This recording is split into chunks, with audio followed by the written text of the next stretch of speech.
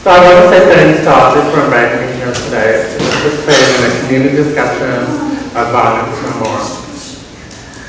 As a two-spirited sex work activist and leader in the equality of all sex workers, McRich, the over 1,000 murdered and missing after women touches me deeply. The violence and the murders our community is enduring, and the thought that these lives are dismissed by our government, and we need to take a strong stance to protect our women and two-spirited women. So once again, I've been in the community for 25 years. Through circumstance, I started sex work at 18. Coming to the city, having no education, I had no job experience, and being two-spirited was a very difficult time for me. I did meet a lot of two-spirited Aboriginal women in Toronto. They kind of took me under my wing, and at that time there was really no resources for trans people, period, but also sex workers at the time for around services, place to go. So a lot of us, did survival sex to survive.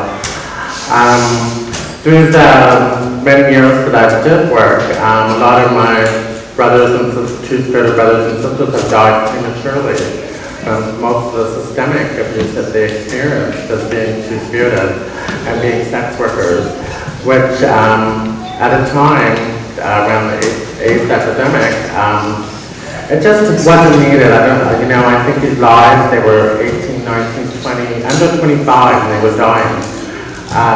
At that time, I felt the need that I had to step up and to educate, and it's been very empowering. I've worked for many different agencies in Toronto. I've worked the East Coast, the West Coast when I was young, just traveling and renting. I met a lot of sex workers, two-spirited and Aboriginal women through my past. I've listened and learned around the violence they observe in their lives, not only with the police that policed us, but also within their own communities that led them to the work that they do. I think there's not enough community engagement when it comes to Aboriginal sex workers. I'm not saying all these women that were missing and murdered were sex workers, but there were that were. So we have to take that into acknowledgement, and how we as a community can bridge together to, oh my gosh, I can't see. As we as a community can bridge together to empower our women and two-spirited people to work safely, to give them resources that they can, be a part of the community. When the OSWAP was started a couple of years ago, thanks to the Native Youth, sorry, thank you.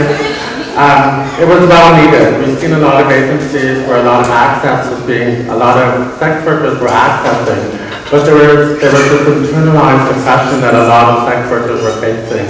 And I think the community just, I'm not here to tell people it's wrong. I think we all come from different places and have our own objectives around sex work, and I totally respect that. But I think it's important that, as we sit here and remember all these missing and murdered women, we've got to also remember the living. The living is very much as important as the women that have passed on. And that was something that myself and many others felt the need to start this Aboriginal Women and Two-Spirited drop-in, which was very successful due to the stigma that a lot of sex workers face, leaving their homes and their communities. They've kind of lost a lot of their own cultures and things that kept them really empowered. And the OSWAP gave them that, it was like the rebirth that's coming together and practicing our culture and our heritage and talking and having elders come in and speak to us and telling us it is okay, and understanding why we're doing what we are doing. So those spots went on for a year. We bridged many gaps within some of the Aboriginal communities here in Toronto. And, you know, it was a place for them to listen and to understand and why community is very important for sex workers. So through that, so I want to just do a little bit about Maggie. So Maggie, like Crystal said, Maggie has been the forefront of sex work movement for 25 years, bringing awareness about the mistreatment of sex workers and work conditions and the lives they choose to live. We believe that sex workers should work in dignity with safe working areas, and we are pushing and rallying for the decriminalization of the laws that affect us. Megan is currently working with Aboriginal agencies to bring more understanding of sex work, lives, and need to be more inclusive when it comes to services. As we all know, Aboriginal women and Two-Spirit women are the most targeted in Canada when it comes to all forms of violence and murder. Aboriginal sex workers are the most silenced within society and by their communities, which brings on more violence to our women.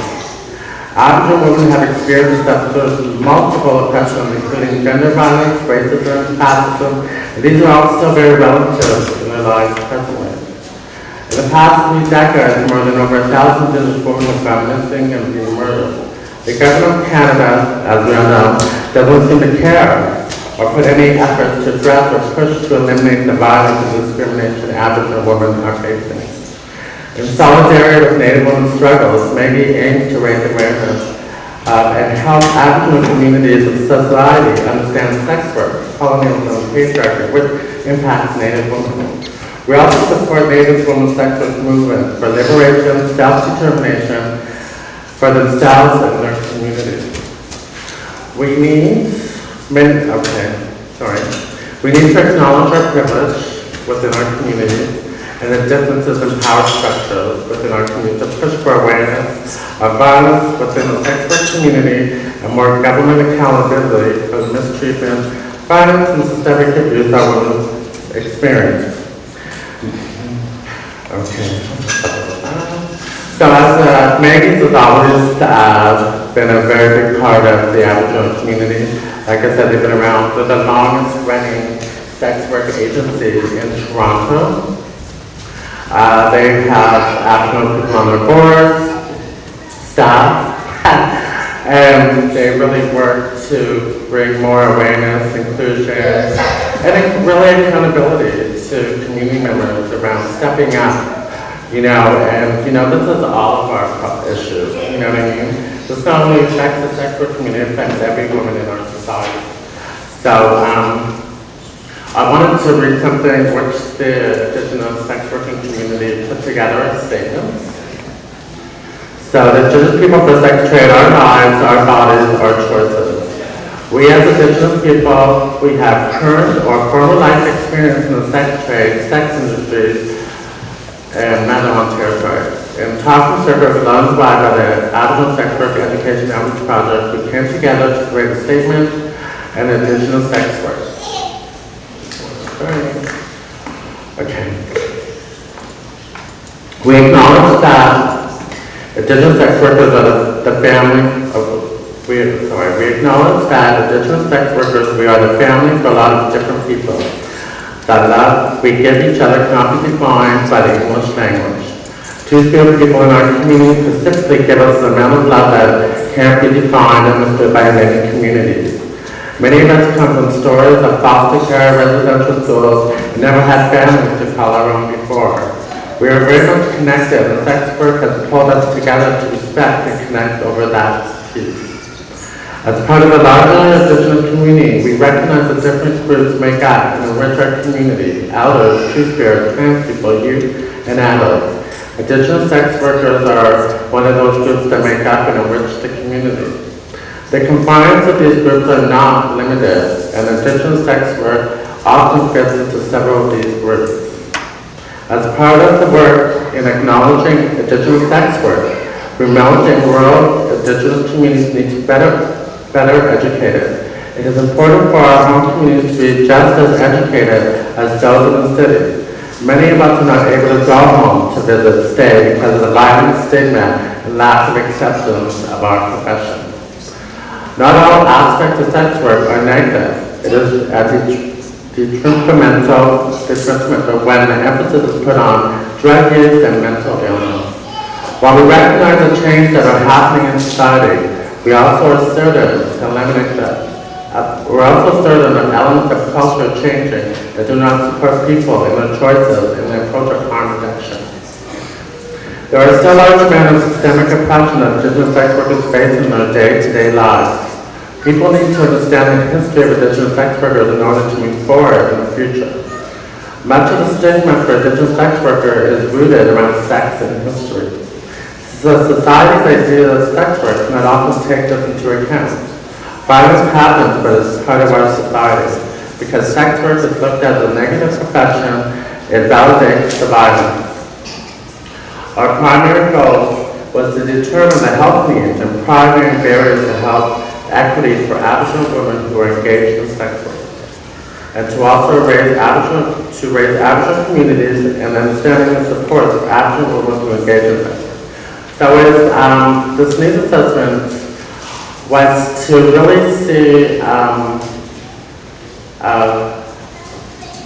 more about access, how sex workers are accessing within their communities. And we knew there was a lot of access in the sense of services, but there was also that internalized depression that sex workers face, that they could not talk about it, people didn't want to hear about it, or they kind of overlooked it. And it really was detrimental for a lot of Aboriginal sex workers to actually want to be a part of the community. As we sit here today, I only know a few Aboriginal sex workers here, I'm not saying your name, but why is that happening? Why are our brothers and sisters, our two-spirited people here within our communities embracing this forum? So there's definitely a lot of work that needs to be done to bring more equality with all different communities within the Aboriginal community, bring more of inclusion and an acceptance, which is much needed. And I think without embracing the communities or consulting with sex Aboriginal women or two-spirited people around what they need, this violence will continue and continue and continue. So we need to stop ignoring the voices of Aboriginal sex workers and embracing them and putting aside, like I said, our personal objectives of sex work. And we all have our own reasons for that, and that's totally respectable. But as a community, we have to band together to stop the violence for every woman that is being violated.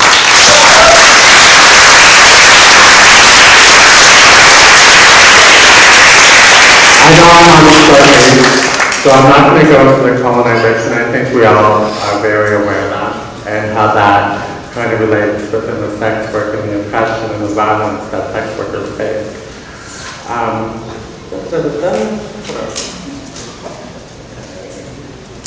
Okay, I'm just going to skip through a lot of this.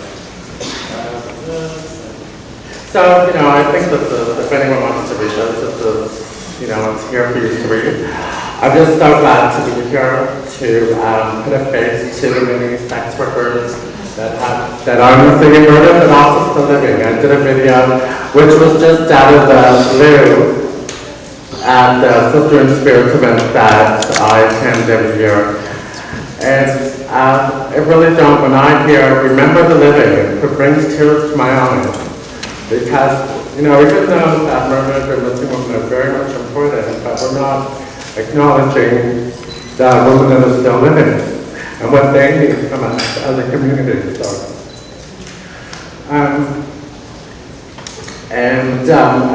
So I'm really grateful to be here. Check out Maggie's if you want to be involved. Talk to Krista, there's a many.